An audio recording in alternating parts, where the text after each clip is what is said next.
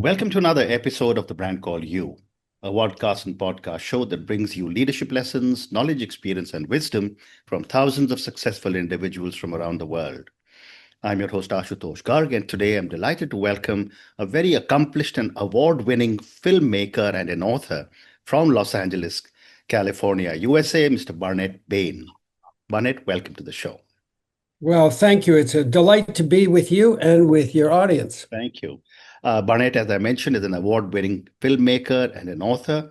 His latest book is titled How to Be a Friend in an Unfriendly World. And we'll talk about his book during the show. His film credits include the Oscar winning What Dreams May Come, Homeless to Harvard, Milton's Secret, and Jesus. So, Barnett, let me start by asking you, you have moved between filmmaking, teaching, writing, and mentoring.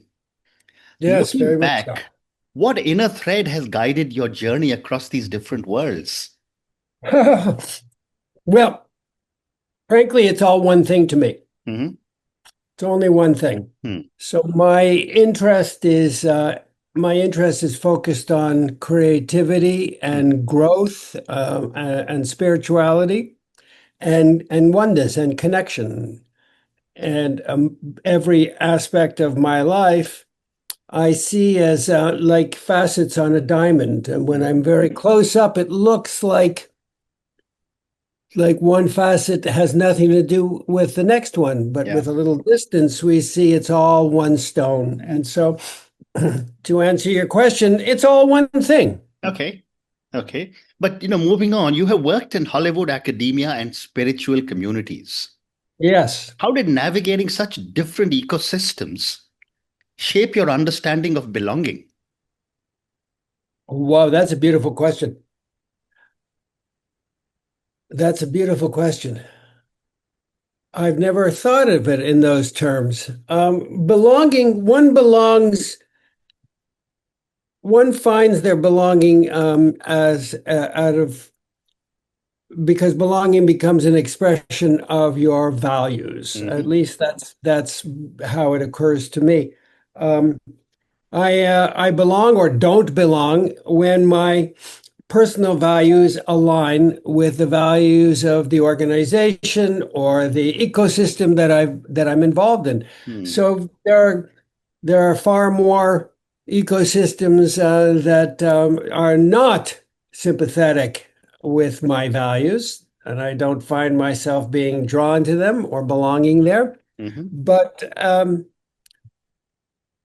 in the organizations that I become involved with, it is always because we share values, we share something of a worldview.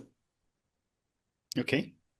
Was there a particular moment in your life when connection and friendship stopped being abstract ideas and became lived, urgent questions for you? Oh, yes, by all means. So some years ago, not terribly long, but some years Hmm. ago, my daughter went off to college. She was Hmm. a young girl, and she goes off to college. She comes home to visit, and we go out, me and her, we go out for a dinner together and to catch up. And she is excitedly informing me and unpacking her new experience, her first time away from home. And she's telling me what's going on, what she's been doing. And she stops suddenly because she points out that I have been coming at her with a litany Hmm. of questions. And I would like to say that these were unjudgmental questions, but Yeah. that's not the case. Um, did I approve really of who she was spending her time with? Did I approve of her course load? What were her extracurricular activities? And she said to me, this is really, stop. This is not how you presented yourself. This is Okay. not the kind of relationship we had for the first 16 years. So what has happened here? Hmm. Now, I'm going to ask our listeners to bear with me for a second. Sure. I'm going to come back to this story, but there's another part to it. So first of all, before I go to that, I realized, my goodness, I hurt somebody that is among the very, very closest people in my life Mm-hmm. because she felt the hostility of my judgments. Mm-hmm. Now, bear with me. A little while later, I was walking near a park near my home, and I came across a street performer. Mm-hmm. Marvelous street performer with wonderful, colorful costume, and he was blowing. He had two large sticks with a length of yarn between them and a bucket of soapy water, and he would dip it in, and he'd fling the sticks up, and he would create these enormous soap bubbles and all kinds of wonderful, magical, Mm-hmm. delightful shapes. And Mm-hmm. I was captivated. And his finale, his grand finale, he made this enormous bubble and he wrapped it around himself and stepped into it. Wow. And in that moment, I realized there's something very familiar about this. Mm-hmm. And I understood in a moment that this is what I do. This is what we all do. We create these bubbles of our beliefs, our thoughts, our choices, our decisions, are how we've been conditioned by our culture, our religious, spiritual values, our racial values, our political values, our education, our familial values, and quite unconsciously, for the most part, we take on a worldview. And we exist in that bubble. And nowadays, it's even more extreme because you can add on to that cocktail Mm-hmm. of conditioning, add on algorithms that further silo us and separate us from each other. Mm-hmm. And so I realized I operate in this bubble of my conditioning. And when I am with somebody, others who are in their bubbles, when there is an alignment, like a Venn diagram, when there is an overlay, to the extent that there's an overlay, Mm-hmm. and I feel simpatico. Mm-hmm. But to the extent that the worldviews are separate, I feel distance, or I push them away, or possibly most hostile and worst of all, I make others invisible. And I understood that this is how I operate. And then I thought back to my daughter, and I realized, like Narcissus, we operate inside of our bubbles. Yeah. And Narcissus, the mythological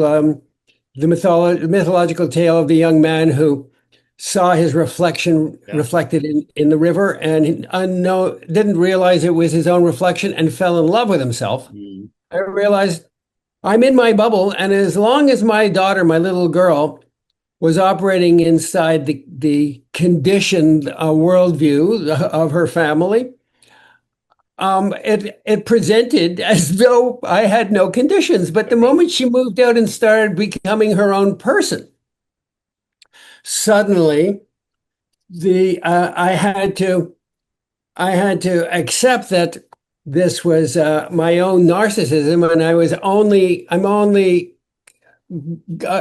only capable of automatically friending Mm-hmm. someone that reflects who I already am. And I thought, I don't want to be that person anymore. Nice. I want to become better at being a friend, and there must be some practices and some steps and then some insights that I can discover Mm-hmm. that will help me along my way. So that was really the beginning of it, and it was also the impetus for me writing this book. Wow. What an amazing story. Thank you, Bernard, for sharing this. I'm going to come to your book in a few minutes, but I have a Sure. few questions for you on your films now. Your films Yes. often explore love, loss, meaning, and transcendence. What draws you repeatedly to stories that engage the human spirit rather than the spectacle? Again, I've been making films my entire adult life, Mhm. and what I learned from making films is that every story is about connection, Mm, whether it's romantic or spiritual or human. It is always about connection. mm, Every scene on screen or in life is about relationship. Who's listening, who's not, who's mm, awake, who's asleep. And so this has always been the core of what my personal interests are, Hmm. and has always been the North Star that I have followed. And I find that my personal growth, it's a little bit like, long division when you're a young person Yeah. in school and you're learning, Mm. three goes into 10 three times, nine, one, carry the one. And Correct. we do it long so we can see our work and Yeah. we can understand. So Mm. I find that my passion is to learn how to love more, to grow more, to become more and more conscious Mm. and more aware of who I am and what is my relationship to everything else, the oneness. And so the making of films, the writing of the books, this is all like showing the work. It's all like doing Mm. my long division. Absolutely. Well said. Barnett, you worked on projects ranging from Jesus, one of the most widely seen films in history, to Yes, deeply intimate stories like Milton's Secret. yes. How do you hold scale and intimacy together in your work? I find that it's all intimate. Hmm. Again, um, every relationship, every before passion, before family, before community, there is the quiet willingness to see another and to be seen. Mm. And so the no matter how grand and how epic the cinema experience is, if that central piece is not there, then it's all for nothing. Mm. And so that central piece, whether it is an intimate story or a modest scale story or an epic, without that intimacy, there's no experience for an audience. And Mm. so I find that it always starts with investigating what is that quiet willingness to see and be seen. That's another way to refer to friendship. And Mm. there is friendship with another. What does it look like? Mhm. To me, it looks like a laboratory to explore values and Mm. to recognize what we stand for and what we don't, and to be willing to change. Mm. So that's always the seed of it, and then the scale of it. That changes, but nobody goes to a film really to see scale. Correct. They go to be touched. Well said. Well said. But when I was reading about you and preparing for my conversation with you today, I was fascinated and I thought I'm going to ask you if you had to distill your entire body of work into one central question you keep asking the world, what would it be? I don't have a question. I have a statement. Okay. My statement is to remember the love. Mm. And Mm. I suppose that I could, from that statement, I could formulate a question. I Mhm. am looking for all the ways Mm. that I can both express and be reminded to remember the love. What a great response. Barney, let's now talk about your book, How to Be a Friend in an Unfriendly World. And I'm going to ask all my viewers and listeners to go and check out Mr. Barnet Bain's book, How to Be a Friend in an Unfriendly World. And my first question about your book is that the title suggests that the world itself has become unfriendly. What does unfriendly mean in the context of modern life? That's a really wonderful question. So, first of all, I have to attribute the title of the book Hmm. to its rightful source. Over 2,000 years ago, in 44 BC, Marcus Trulius Cicero, Hmm. to the best of my knowledge, wrote the first inquiry into what is involved in being a friend. Hmm. And I won't attempt to do the Latin, but the English translation was How to Be a Friend. And out of respect for that, I thought I'm going to I'm going to update the challenges of being a friend and the exploration of being a friend. And I found that after 2,000 years, surprisingly little has changed. Hmm. What has changed is the speed of things. Mm. And because of the speed of things, our nervous systems are overstimulated. Hmm.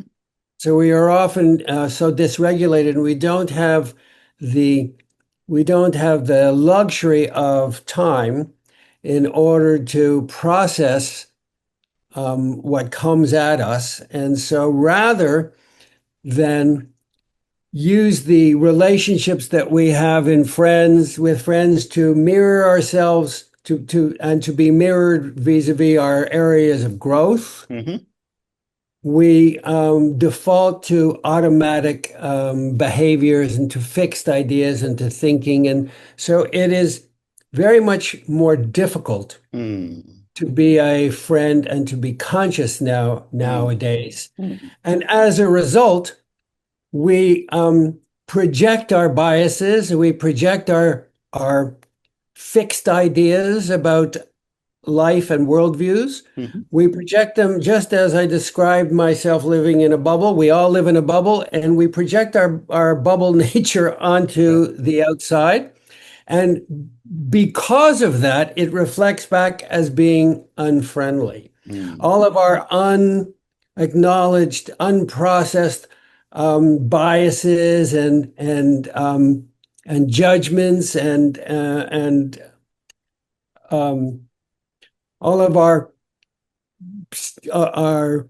belief systems, all of the othering that we do that make Mm. others or ourselves feel valuable, or the thoughts we have about ourselves that are cruel or punishing or unhelpful. We have many thoughts about, I certainly have many thoughts about myself. Oh, I can't do that, or I'm not so good, or I'm not good enough. And we project all those out onto others, and therefore the world appears to be unfriendly. Mm. Mm. You describe friendship as a practice and not a Yeah. personality trait. What does it Yes. mean to practice friendship daily? Well, I see that friendship is the arrangement Mm. in which we are able to use this word practice all of the small and larger acts of self-awareness and kindness. Mhm.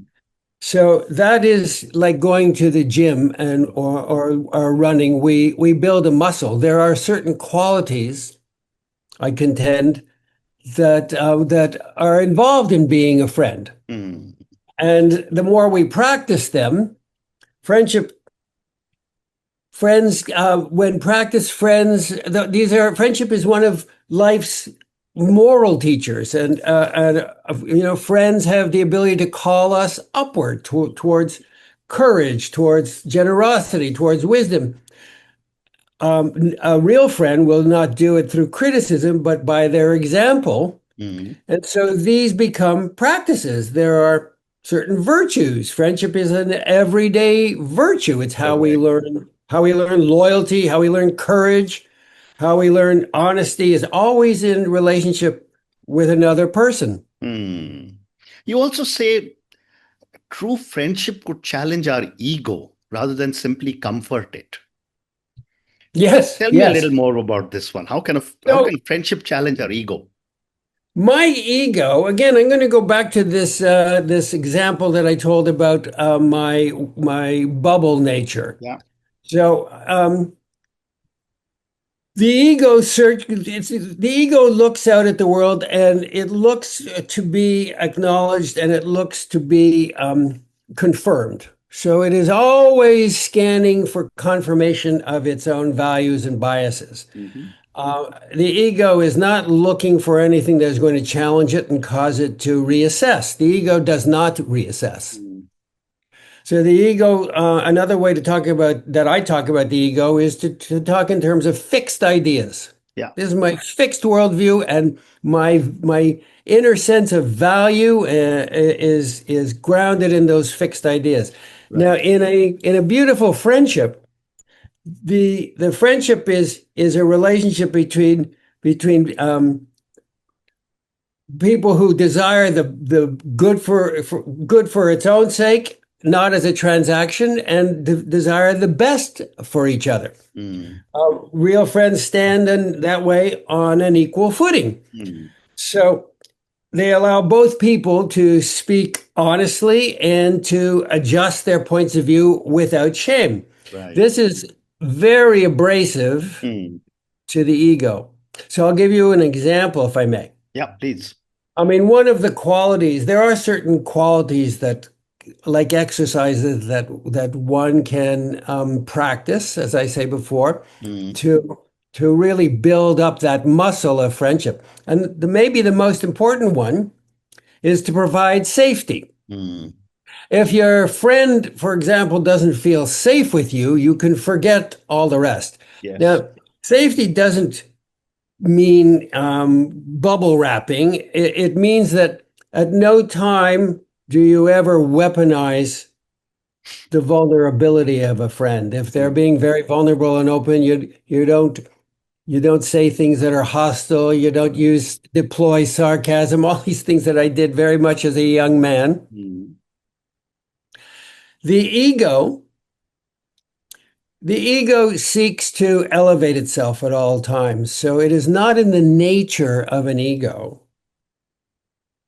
to regard itself on equal footing mm. with another. The ego, there are two voices that are constantly streaming in the head of every human being. Very well said. I One love of your. them Go One ahead, one please. of those voices is a narrator. This is Mm, going on, and this is going on. It's like the color commentary at a football game, yeah. on the pitch. This player has the ball. This player is running. So it's constant. And the other voice is a judge, and it Mm, is always judging. Is this better? Is this not good? Is this better for somebody else? Is this good for me? mm, Am I being enhanced here? Or am I being diminished? mm, So these two voices are constantly going, and in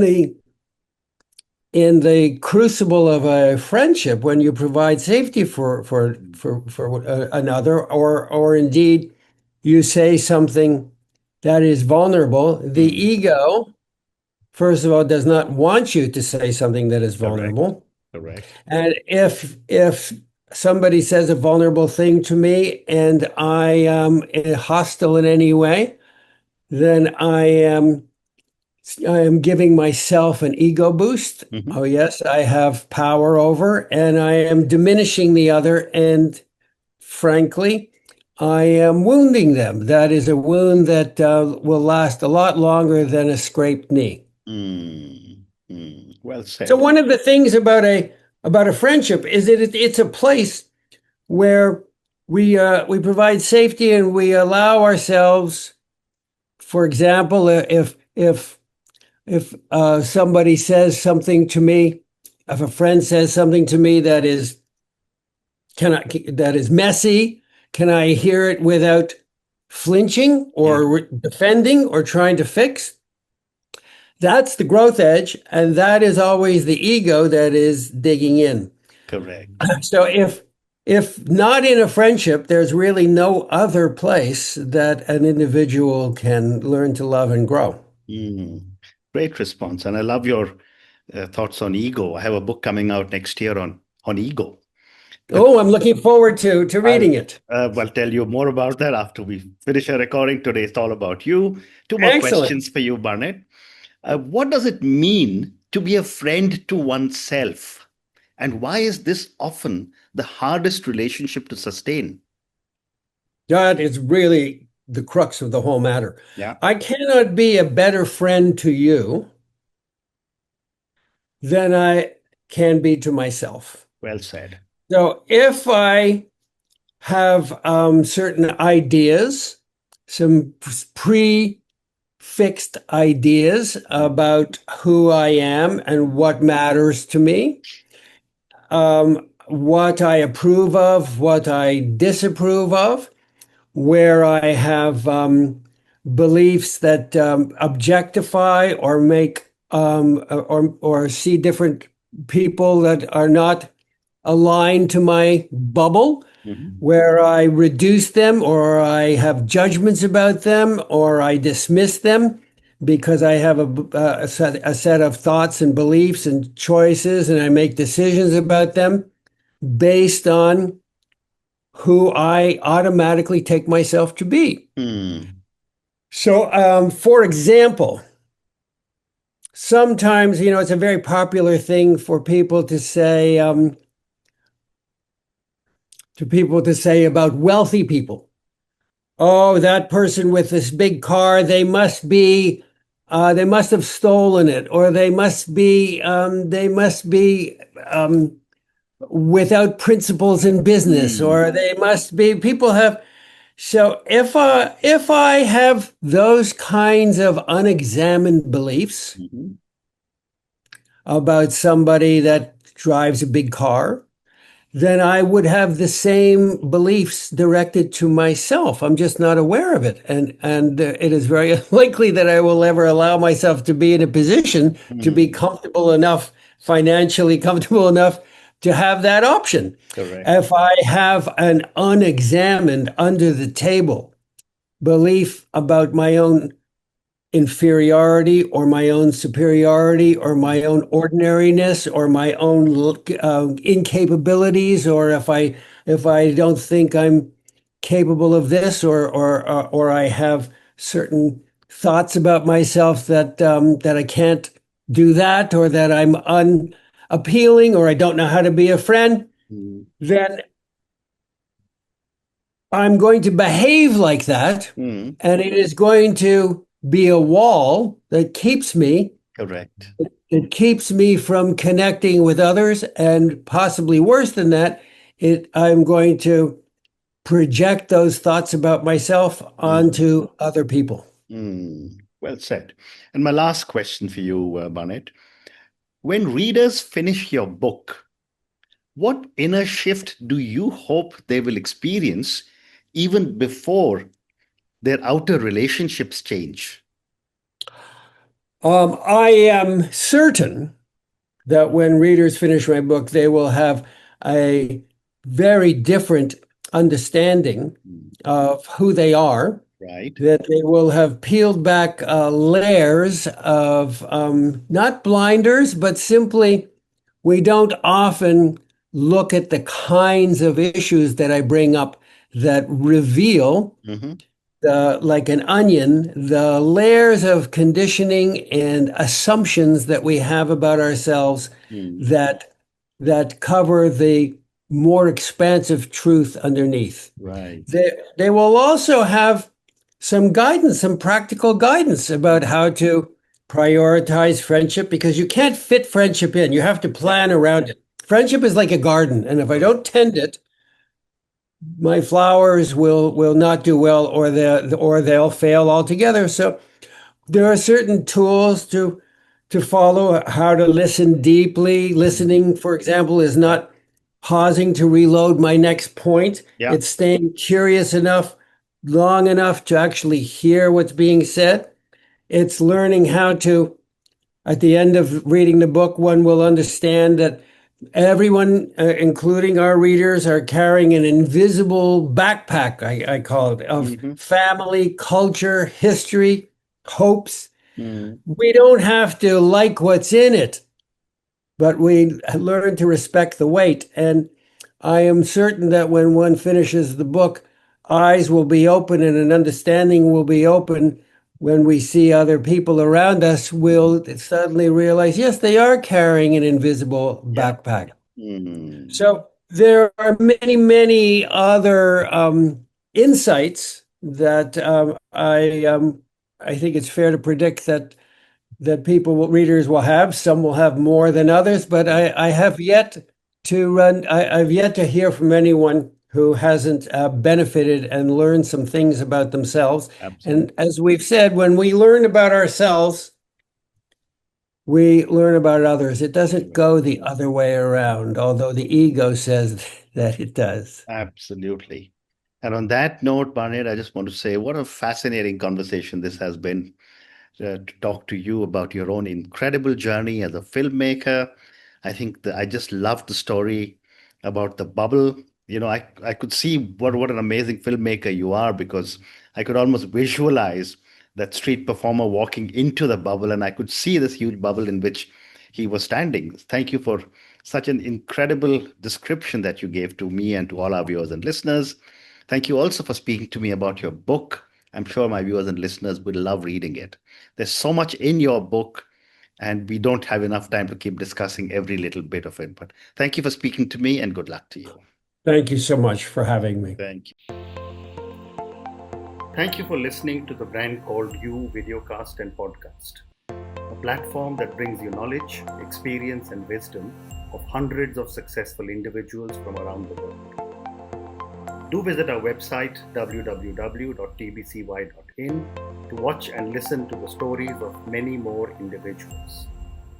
You can also follow us on YouTube, Facebook, Instagram, and Twitter. Just search for the Brand Called You.